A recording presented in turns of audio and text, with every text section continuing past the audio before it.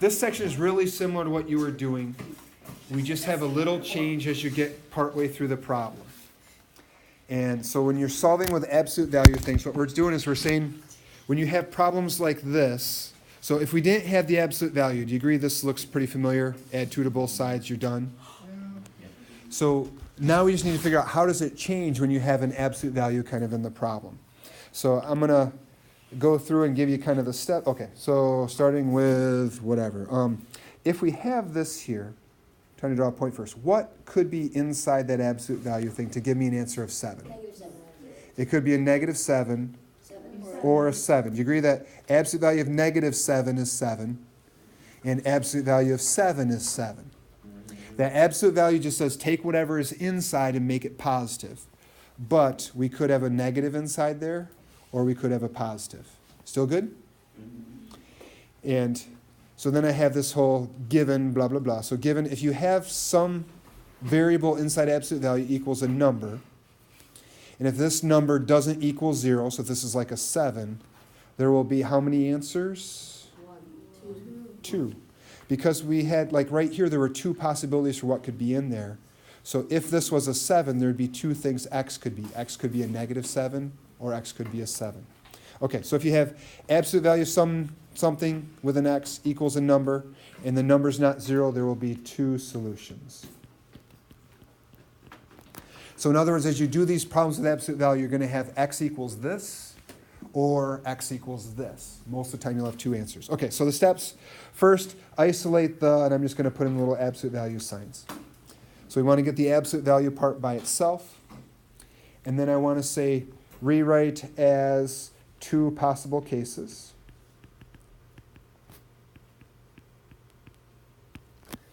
And then step 3, solve both cases like normal. So we'll do a few examples.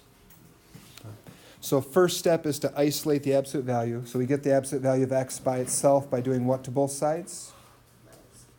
-2. So if I subtract 2 from both sides, that drops out, and I'm left with the absolute value of x equals 7. And now, if you think back to the beginning, we kind of already know the answer, but I'm going to say this, that inside that absolute value, I could have x equals, -7, or inside the absolute value, x could be 7. And now that's going to be the answer. I have these 2 possible answers for this thing here. Does that make sense? So it's not... Write both answers? Yep. Okay. And if we just have an x inside the absolute value, like this here, just an x inside, it's pretty straightforward. When we have an x minus 2, there's going to be 1 extra step, but it's not that bad of a step. So let's do this next one. So first step is to isolate the absolute value. We want to get absolute value of x minus 2 by itself. So we have to do what to both sides? Divide by 5. Perfect. Then we have that 5 times that, and then we need to get rid of that times 5. So now I have absolute value of x minus 2 equals 4. And now we have the absolute value by itself. So then the second step listed above, break it into 2 possible cases. So this is where, please wake up and watch this. So x minus 2. What's inside my absolute value? This right here could be what number? 6.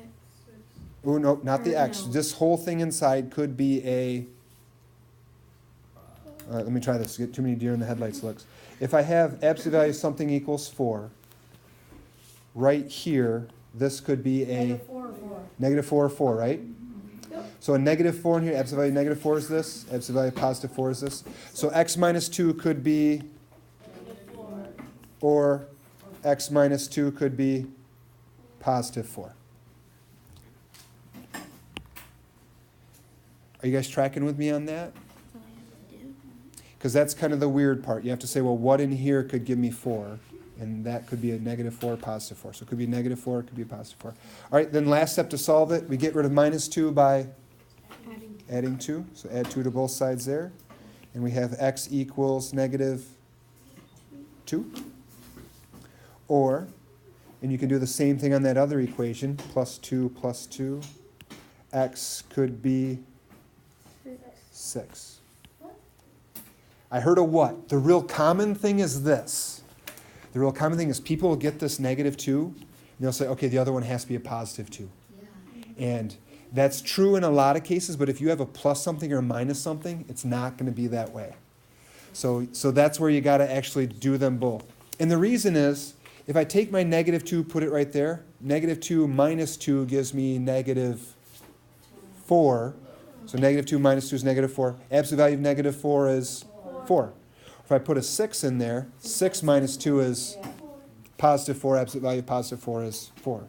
So you see how they both work? Special cases. Another special. Special cases when they get to be fun. Well, isn't that Woo, woo. Okay, let's go through and first step in solving this bad boy. So if we take and just jump right to the example, let's just do the fun stuff right away. What do I do to both sides? Minus 2 minus 2. And I have the absolute value of x minus 1 equals 0. Now, x minus 1 could be 0. What I'm trying to say is, what inside here could give me 0? Well, x minus 1 could be 0 or negative 0. But do you agree there's only one option?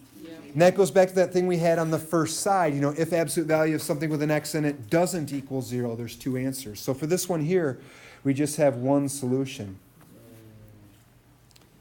Because we could say, well, x minus 1 could be 0 again, but you'll get the same answer. You know, there isn't such a thing as negative 0. Add 1, add 1. We know in this case, x is going to be 1. But there's only one answer for it when it equals 0. We good? Now if we were to have absolute value equal some negative number. So if we jump to the example there, and first step in solving for x is to subtract 5 from both sides. And I get absolute value of x minus 1 equals negative 2. Now here's where we break it up into two things, right? And what we're trying to say is what's inside the absolute value equals negative 2. So I should just stop before I keep going. This here. Is there anything that could be in there to make it equal negative 2? No, because absolute value automatically gives you a positive answer. So there's nothing I could put in here that's going to give me a negative 2, because these absolute value bars say make it positive.